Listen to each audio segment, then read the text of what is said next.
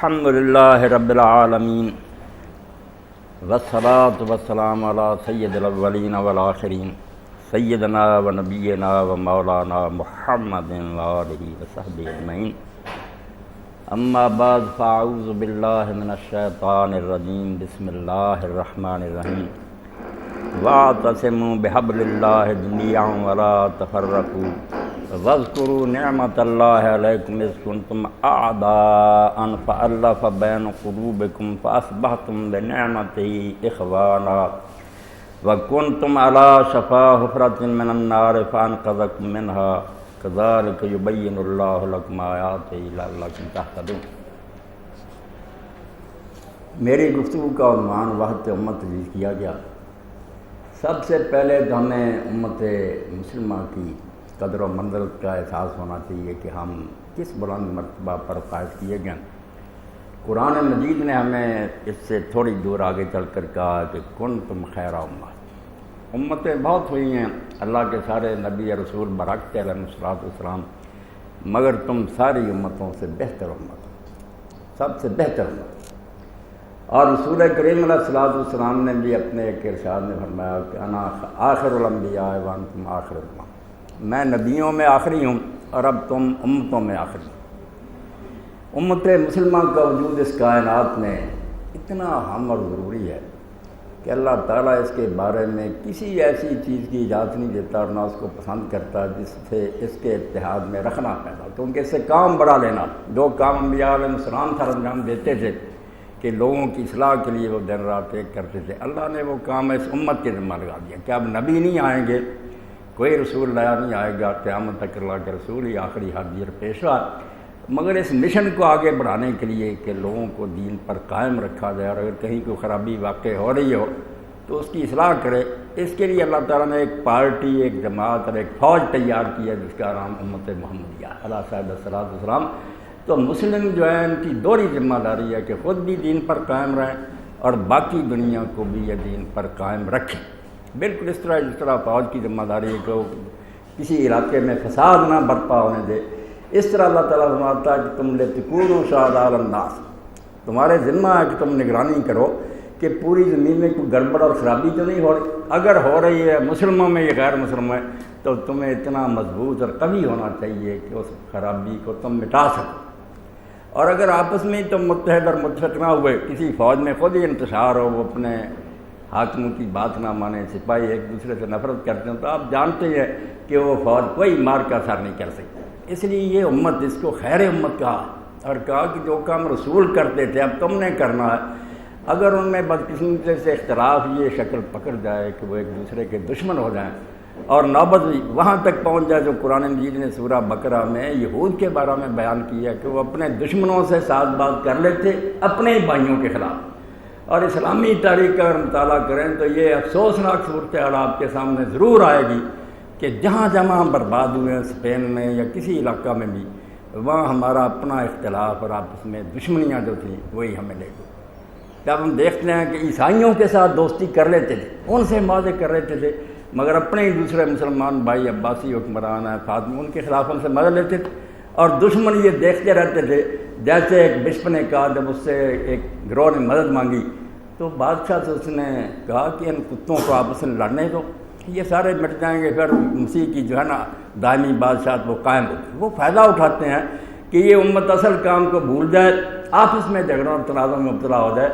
اس لیے امت کا اتحاد دین کی نگاہ میں اتنا اہم اور قیمتی ہے کہ اس میں رکھنا ڈالنے والی بات قتل سے بھی زیادہ بری بات ہے۔ الفتنہ تو اشد من القتل، کسی آدمی کو قتل کر دینا اللہ کی نگاہ میں اتنا بڑا نہیں ہے جتنا امت میں فساد ڈالنا، خرابی ڈالنا۔ رسول کریم علیہ السلام نے اللہ کے دیے ہوئے علم سے پیش گوئیاں فرمائی کہ امت میں ہر طرح کے اختلاف ہوں گے، خرابیاں بھی آ جائیں گی، مگر آپ ساری دنیا کے دفاتر نکال لیں، نماز الگ کرنے کا آپ نے نہیں اذن دیا۔ یہ اجازت نہیں ملی کہ کوئی گروہ کہے میں فلاں کے پیچھے نماز نہیں پڑھوں گا، نہیں، کیونکہ امت مسلمان کے اتحاد کی بنیاد جس چیز پر ہے، نماز کا اس میں بڑا دخل ہے کہ مل کر نماز پڑھیں ایک امام کی اقتداء میں، پھر اتحاد میں رکھنا نہیں پڑھ سکے، پڑھے گا بھی تو غلط فہمیاں دور ہو گئی۔ اور یہی بات آپ دیکھتے ہیں کہ سب سے پہلے جو شیطانی فتویٰ اس امت میں جاری ہوا وہ یہی ہے کہ کہ یہ گروہ کہتا ہے اس کے پیچھے میری نمازی، وہ کہتا ہے اس کے پیچھے کوئی نمازی، حالانکہ حقیقت وہ ہے جو علامہ ابن الحمام رحمۃ اللہ علیہ شرح فتح القدیر میں فرماتے ہیں۔ ہدایہ سے بڑی کوئی فقہ حنفیہ کی کتاب نہیں، اور اس کی شرح فتح القدیر بھی بہترین شرح۔ تو امام ابن الحمام فرماتے ہیں کہ ہم نے ائمہ مجتہدین جو ہے چاروں امام، ان میں سے کسی سے یہ منقول نہیں پایا کہ انہوں نے کہا ہو کہ یہ دوسرے فرقے کافران کے پیچھے نماز نہ پڑھے۔ سب متأخرین کی جاتی، بعض بارے لوگوں نے شرارتیں کی تاکہ لوگ پھٹے رہیں، یہ اپنی بھیڑوں کو اپنا رنگ لگا لیں، ان کی اون اتر کر یہ اپنا کام چلاتے رہیں، مسلمان آپس میں متحد ہیں۔ اس لیے دین اسلام کی نگاہ میں یہ امت بہترین امت ہے، اور اس امت کا اتحاد اللہ کو مطلوب ہے کہ تم ہی آپس میں لڑ جھگڑ پڑے، دنیا کی اصلاح کا فریضہ کون سا انجام دے گا؟ تم تو خود ہی برباد ہو جاؤ۔ اسی لیے کسی قسم کی تفریق، وحدت امت میں صرف یہ مذہبی فرقوں کی بات نہ سمجھے، کسی قسم کی تفریق، کوئی ایسا شوشہ جس سے کہ امت گروہ میں بڑھ جائے، اس کی اجازت نہیں۔ یہ شرک کے برابر گناہ ہوگا کہ امت کو ٹکڑیوں میں بانٹ دیا۔ اس کے لیے آپ دیکھتے ہیں کہ یہ جو علاقائی تقسیم ہے، وطنیت، جس کو علامہ اقبال کہتے ہیں کہ اس تہذیب حاضر نے جو نئے بت تراشے ہیں اور پوری دنیا میں جادو اس نے پھیلا دیا، وہ وطنیت۔ مسلمان جو ان کی بربادی دے، آپ دیکھتے ہیں کہ سلطنت عثمانیہ گئی گزری ہونے کے بعد جو مسلمانوں کی وحدت کا نشان ہے، ساری دنیا کے مسلمان اس کے تابع تھے، خلیفہ عثمانی کے جتنے حکمران تھے اس سے خلط رہتے، منظوری لیتے تھے، سمجھا جاتا تھا کہ مسلمان سارے ایک مرکز پر مجتمع ہیں، مگر اس کو برباد کرن لارنس نے صرف اسی طرح کیا کہ عربوں میں آ کر یہ عرب نیشنلزم کا فتنہ پھیلا دیا، جبہ پہن لیا، عربی سیکھ لی، درویش بن گیا، اور ان لوگوں کو گمراہ کیا کہ تمہارا وہ ترکوں سے تمہارا کیا چل، چھوڑو ترکوں کو، ہم تمہاری آزاد ریاستیں بنا دیں گے۔ وہ وعدہ بھی پورا نہ، شریف مکہ غدار ہو گیا، اس کے بیٹے، سلطنت عثمانیہ بھی گئی، اور ان کو بعد میں کسی نے ایک ٹکڑا بھی لیا، اردن میں تھوڑی سی حکومت ہے ان ہاشمیوں کے پاس برائے نام۔ تو یہ کسی قسم کی تفریق، چاہے وہ وطنیت کی بنا پر، اسی لیے علامہ اقبال فرماتے ہیں نا، افغان من ترک و تتار، یاد رکھو اس امت میں کسی قسم کی بانٹ جو ہے یہ اللہ کے نزدیک سب سے بڑا جرم ہے، ٹکڑے نہیں ہونا چاہیے اس امت، مسئلے چھوڑ دو، باتیں اپنی چھوڑ دو، امت کو ایک رہنا۔ تو فرماتے ہیں نہ افغان من ترک و تتار، نہ ہم افغان ہیں، نہ ترک ہیں، نہ تاتاری۔ یہ باتیں اگر آ گئی نا دوبارہ ذہن میں کہ ہم تو پاکستانی، ہمیں عربوں سے کیا تعلق، وہ سمجھے ہم ٹرکی، ہمیں عربوں سے، تو برباد ہو جاؤ۔ جو کام اصل میں اللہ نے تمہارے ذمہ لگایا پوری دنیا کی اصلاح کرو، وہ تو دھرا رہ جائے گا، تمہارا نشان تک مٹ جائے گا، تم خود ہی نہیں رہو۔ اس لیے یہ چیزیں بالکل نہیں قائم کرنی اپنے اندر، یاد رکھنا ہے کہ ہم ایک نیا خاندان، اور قرآن مجید نے دیکھتے ہیں کیسے بلیغ انداز میں ہمیں یہ بات سمجھائی ہے کہ رسول کریم علیہ السلام کی ازواج مطہرات کے بارے میں فرمایا تھا ازواج امہاتکم، رسول کریم علیہ السلام کی بیویاں مومنوں کی مائیں ہیں، اور اسی لیے صحابہ کرام رضوان اللہ علیہم اجمعین کے مصحف کئی جو ان میں تشریح کے طور پر تھا وہ ابو اللہ، جب وہ مائیں ہیں تو حضور باپ، اس لیے یہ نیا خاندان بنتا کلمہ پڑھنے کے بعد، اور اللہ نے اس کو واضح کر دیا انما المؤمنون اخوہ، ایماندار سارے جو ہیں وہ بھائی، اور اخوان بھی نہیں کہا، اخوان ہوتے ہیں کوئی تعلق ہو دوستی کا، اس سے بھی بھائی کیا دیتے ہیں، مگر اخواتن ماں باپ سے جو پیدا ہوئے ہیں ان کو اخوہ کہتے ہیں۔ اللہ فرماتا جیسے ایک پیٹ سے جنم لینے والے بھائی ہیں تو وہ نیا خاندان، اور اگر تم نے یہ شرارتیں شروع کر دی کہ یہ ترکی ہے، یہ عرب ہے، یہ انڈونیشین ہے، کفار یہ کوششیں کریں گے اگر ان کے جال میں تم آ جائے، تمہارا نام بھی نہیں ملے گا، تمہاری داستان تک بھی نہ ہوگی، داستانوں میں کوئی فتنہ نہیں کھڑا کرنا۔ اسلام اس وطنیت کو بہت سمجھتا ہے، ان تازہ خداؤں میں بڑا سب سے وطن ہے،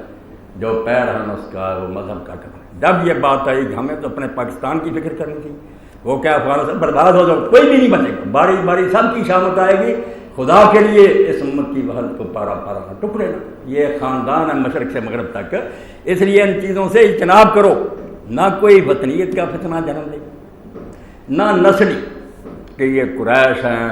یہ عجمی ہیں، یہ سید ہیں، یہ پٹھان ہیں، کوئی بات، ان باتوں کو بھی اللہ کے رسول نے اپنے پاؤں تلے رونت دیا۔ فتح مکہ کے بعد جو خطبہ کعبہ کے دروازے میں کھڑے ہو کر آپ نے یہ فرمایا آج سے میں نے جاہلیت کے سارے فخر پاؤں تلے رونت دیا، کوئی بڑا نہیں ہے، نہ گورے کو کالے پر کوئی فضیلت ہے، نہ دوسرے کو دوسرے پہ، الا بدین و تقوی۔ اب صرف دینداری میں جو آگے بڑھے گا وہی سب سے مزہ، یہاں اب نسل نہیں دیکھی جائے گی، اور لوگوں نے اس کا مظاہرہ عملاً بھی دیکھا کہ بیت اللہ شریف کی چھت پر چڑھ کر جس نے اذان دی نہیں، وہ کوئی ایسی شیخ نہیں تھا، کوئی سردار نہیں تھا، ابو بکر نہ علی نہ عثمان، وہ حضرت بلال نے، اور کعبہ میں بھی داخل ہوئے تو رسول اللہ ہوئے صلی اللہ علیہ وسلم، بلال گئے، اور اسامہ ابن زید کا ایک غلام زادہ، حضور نے یہ چیزیں تھی اپنے پاؤں تلے ہوتی. تو وحدت امت میں یہ سب چیزیں داخل ہیں کہ نہ نسلی تفریق، نہ وطنیت کا فتنہ، نہ کوئی مال و دولت کی وجہ سے کہ امیر طبقہ، یہ طبقاتی تقسیم بھی. اللہ کے رسول علیہ السلام نے ایک بار فرمایا واللہ لا یؤمن، 3 بار یہ بات کہی کہ اللہ کی قسم وہ مومن نہیں ہے، اللہ کی قسم وہ مومن نہیں ہے. لوگ ڈر گئے، توجہ دلانا ہی مصروف تھا. انہوں نے کہا اللہ کے رسول کون؟ فرمایا الذی یشبع وجارہ جائع الی جنبہ، کہ جو پیٹ بھر کر کھاتا اور اس کا پڑوسی قریب ہی بھوکا سوتا، وہ مومن نہیں ہے. یعنی اللہ کے رسول کو اور اللہ کو، مسلمانوں کی وحدت، کہ یہ فوج اس طرح متحد اور آپس میں متفق ہو جیسے قرآن مجید نے بنیان مرصوص کا. یہ عمارت آپ دیکھ رہے ہیں، یہ اسی لیے کام ہے کہ ایک ہی دوسری کو سہارا دے رہی. اگر یہ ایک دوسرے سے کشمکش کریں، جڑے ہی نہ، تو عمارت بن سکتی. اسی طرح اللہ فرماتا بنیان مرصوص، اس دیوار کی عمارت کی طرح ہو جاؤ جو سیمنٹڈ ہوتی ہے، ایک دوسرے سے جڑی. ابھی بات ہو رہی، ڈاکٹر صاحب فرما رہے تھے، تو سورہ حجرات میں اللہ نے یہ چیزیں جو منع کی ہیں کہ کوئی کسی کی بدگوئی نہ کرے پیٹھ پیچھے، نہ منہ پر اس کو کوئی برا نام رکھے. یہ کیوں ہے؟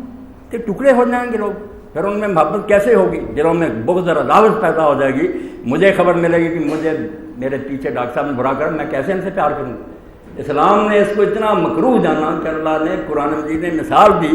کہ جو پیٹھ پیچھے اپنے بھائی کو برا کرتا ہے ایسا جیسے اپنے مردہ بھائی کا گوشت کھاتا. وہ بھائی پاس نہیں ہے، دفاع نہیں کر سکتا، تم اس کی بدنامی کر رہے.